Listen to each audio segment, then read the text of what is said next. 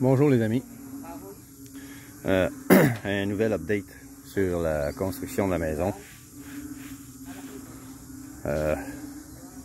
Depuis plusieurs jours, on a de la pluie, parfois intense. Aujourd'hui, c'est une journée nuageuse. Quelques percées de soleil. La pluie vient de cesser il y a 5 minutes. On a eu de la pluie depuis hier soir. Et comme à l'habitude, comme c'est l'habitude ici en Oriental Mindoro, des coupures d'électricité tous les jours. 2 heures, 3 heures, une demi-heure, 20 minutes, ça dépend. C'est le seul inconvénient de vivre dans cette province, Oriental Mindoro. Le seul, c'est l'électricité. On a des coupures tous les jours. Le réseau électrique est le pire de toutes les Philippines. Ils sont en train de l'améliorer avec la compagnie électrique de Occidental Mindoro, qui est Omelco. Cette compagnie a un meilleur réseau électrique que nous autres. Puis, sont en train d'aider la compagnie électrique locale de la province ici à améliorer son réseau. Ceci est dû à procrastination. Depuis 10 ans, il y a une explosion de la population ici. Parce que je connais des expats qui sont ici depuis plus de 10 ans. Certains depuis 10 ans. Et un qui est arrivé ici il y a 10 ans a dit que c'était pas comme ça auparavant. Mais ça s'est dégradé à cause que le réseau n'a pas été entretenu et amélioré. La production électrique n'est pas assez importante pour la demande.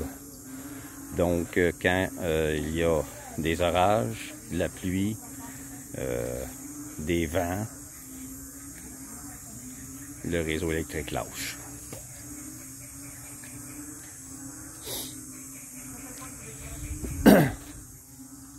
Pour ce qui est de la maison, on va commencer par en avant.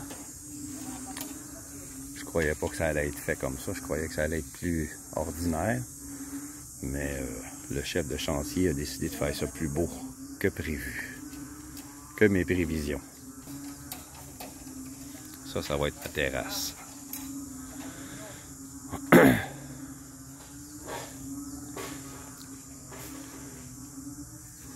20 pieds par 7, 8 pieds. Je savais que ça allait être 20 pieds de long, mais la largeur, je croyais que ça allait être moins large que ça. C'est quand même assez important. Oui, il va y avoir une grande terrasse.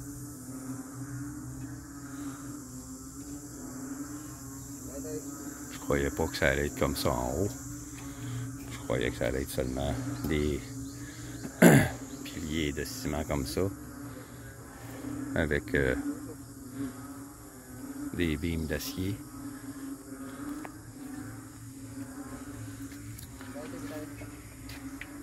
Je vais quand même avoir une très grande terrasse. Ici, je vais avoir une sortie et une sortie à l'autre bout. Ma porte d'entrée. Ici, on a la combinaison cuisine-salon.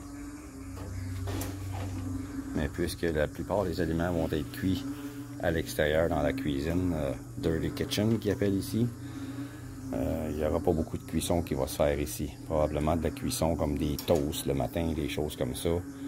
Mais le poêle au gaz va être à l'extérieur. Ici, j'ai une grande fenêtre J'ai encore un autre 10 pieds par 10 pieds de disponible. Donc éventuellement, lorsqu'on va agrandir la maison, on va faire le salon, la salle à dîner de l'autre côté.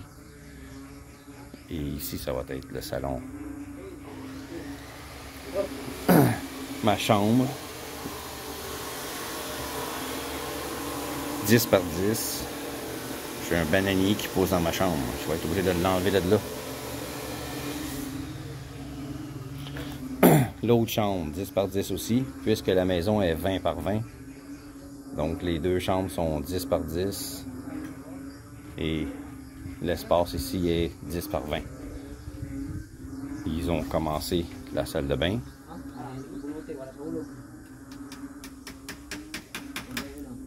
Toilette va être là, lavabo, et à partir de la porte jusqu'au fond, ça va être la douche, l'espace douche. Ils n'ont pas encore commencé la Dirty Kitchen. Ils vont la commencer quand ils vont faire le plancher de ciment à l'intérieur. Ils vont faire le plancher de ciment à l'extérieur aussi. Je sais pas encore s'ils vont faire un plancher de ciment pour mon espace de garage ou tout simplement mettre de la roche, je sais pas. On verra selon les coûts. On va toujours aller vers les coûts les plus bas.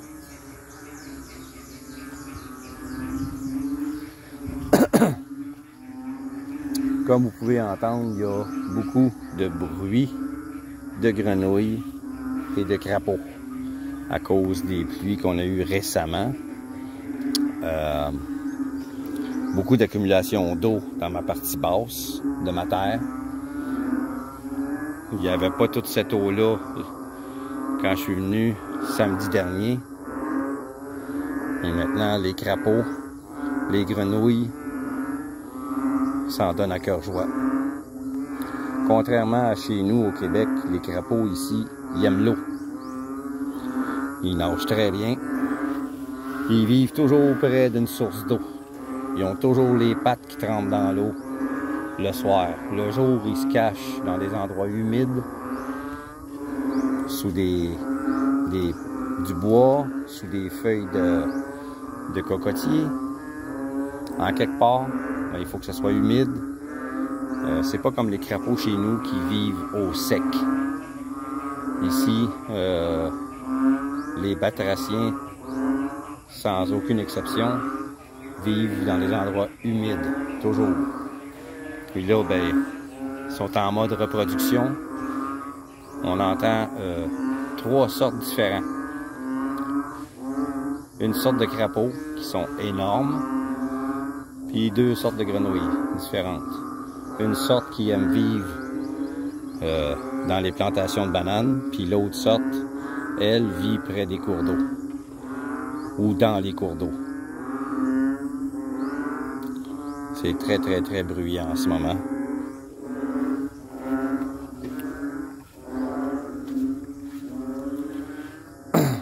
L'extérieur de ma salle de bain. Le mur va monter jusqu'en haut. Ils sont rendus à moitié.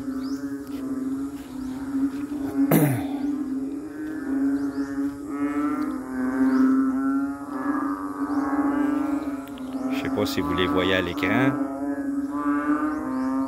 Ils sont en pleine reproduction. Ça bouge beaucoup, ça fait beaucoup de bruit.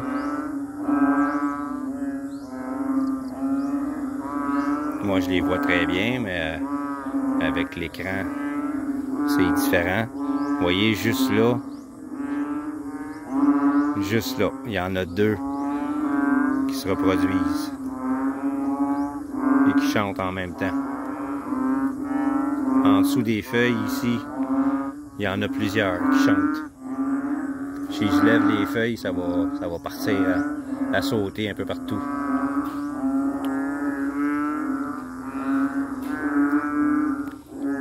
Bien sûr, dans l'eau, je vois des crapauds, mais j'ai pas, vu que c'est juste mon téléphone que j'utilise pour filmer, j'ai pas vraiment de zoom à part 2x. Ah, peut-être je peux avoir plus. Ah ben oui. Il y en a un juste là.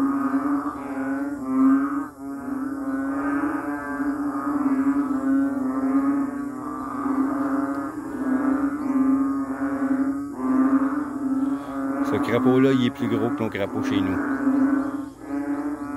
Ils sont très très à l'aise dans l'eau. Il y en a un autre qui vient juste là de sauter à l'eau. Qui se cherche une partenaire. Oups! Il y en a deux gros là. Où est-ce qu'il est? Ils sont là.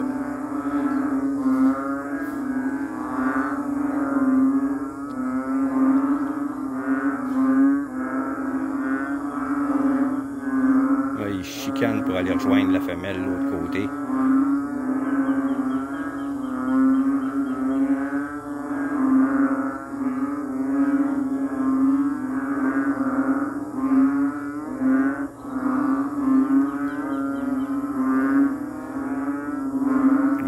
Deux grenouilles. Les grenouilles qui aiment vivre dans les bananiers sont en train de se reproduire. À la surface de l'eau, je vois beaucoup de points, de petits points noirs. Ça, c'est des œufs.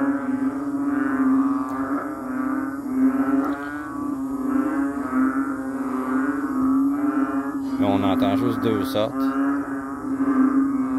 Les crapauds et les grenouilles.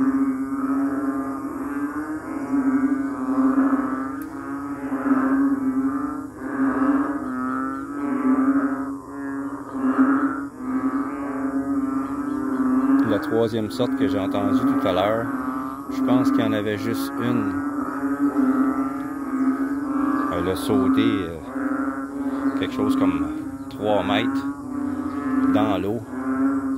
Puis je ne l'ai pas réentendu ensuite.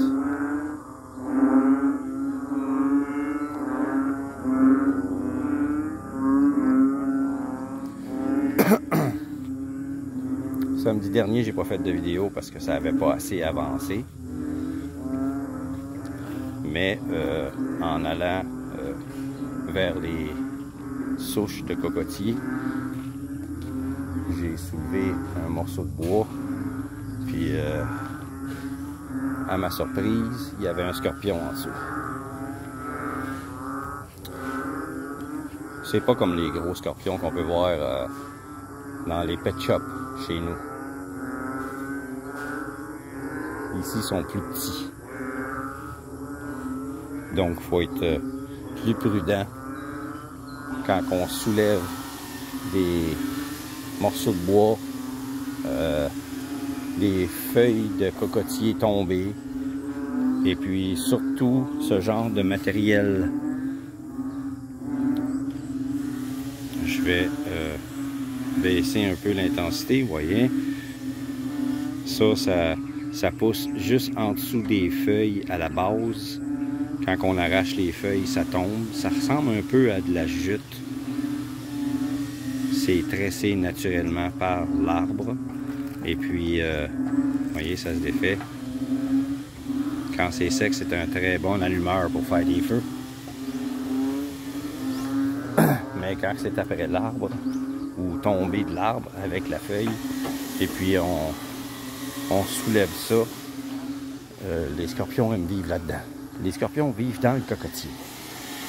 Donc, au sol, ils s'apprécient pas tellement. Ils aiment beaucoup grimper dans les cocotiers et puis vivre à la base des feuilles. Mais ici, c'est cette bûche-là que j'ai soulevé, ce morceau de bois-là. Puis en dessous, il y avait un scorpion. Dans la fente que vous voyez, il y avait un scorpion là. Donc, faut être prudent. J'ai aussi vu une tarentule, comme ça, la première semaine de travaux ici, qui vivait aussi à la base des feuilles de cocotier, dans cette espèce jute naturel produit par l'arbre.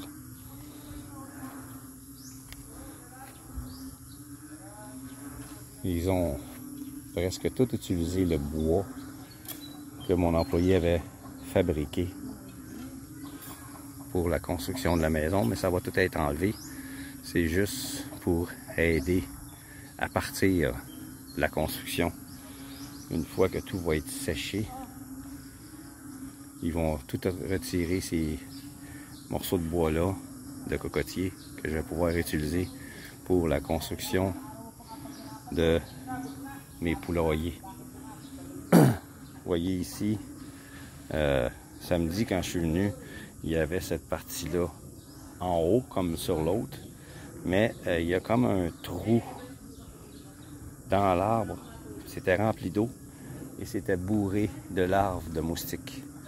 Donc, j'ai pris de la terre, j'ai rempli le trou. Les larves de moustiques sont mortes. OK. Une autre chose que j'ai oublié de vous montrer. Ah, ça, c'est ma petite sirène.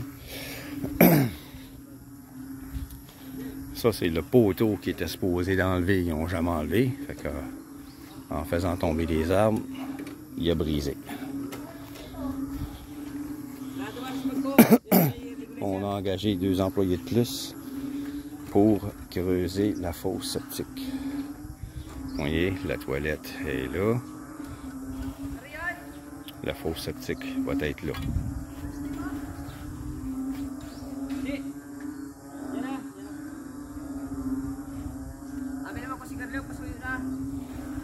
Dalawang sting. Ha? Dalawang sting. Special good.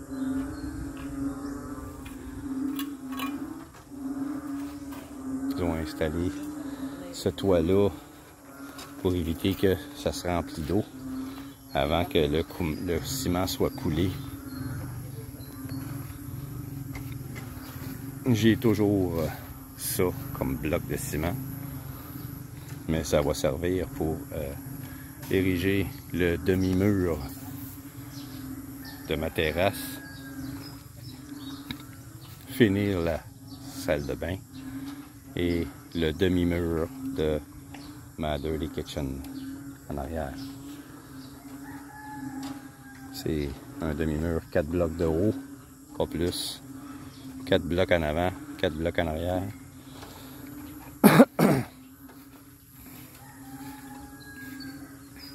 Je vais avoir une porte en bois plein pour l'extérieur, faite par l'oncle à ma blonde, qui est charpentier. Et ce matin, il m'a dit, je te fais un prix spécial. D'habitude, aux clients, je demande 7000 pesos. Toi, je te demande 5. Donc, je vais payer 5000 pesos pour une porte en bois pleine, faite avec du bois dur, pas de coconut, probablement du nara ou de l'acajou, mahogany. Il va aller sur sa terre, couper un arbre et me faire une porte pour 5000 pesos. Habituellement, sur le marché, dans les magasins, on paye 10 à 12 000 pesos pour une porte en bois faite de nara. Moi, je vais payer 5000, puis peut-être que ma porte va être en acajou. Ça dépend de l'arbre qu'il va trouver, qui va être d'assez bonne proportion pour faire une porte. Aujourd'hui, je vais regarder les designs, puis demain, je vais lui dire ça.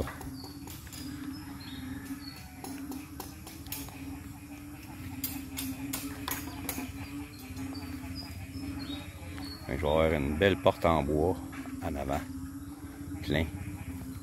En arrière, une porte ordinaire.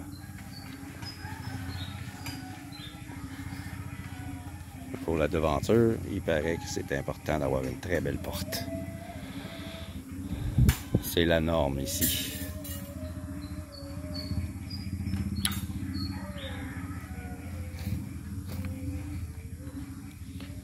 Donc c'est ça pour les travaux. C'est ça pour les travaux en ce moment.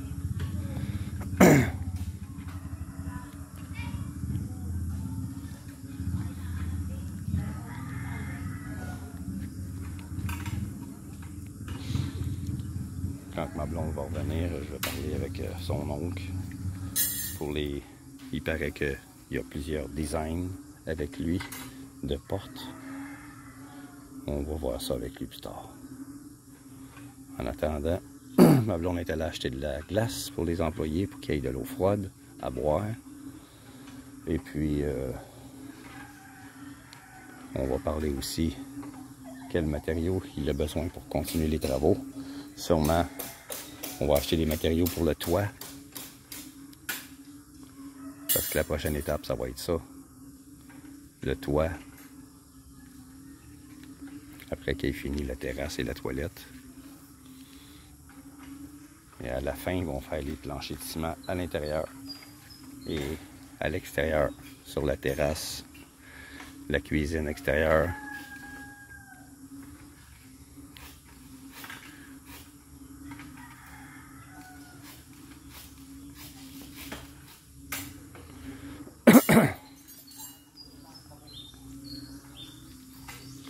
Donc, je vais arrêter la vidéo ici.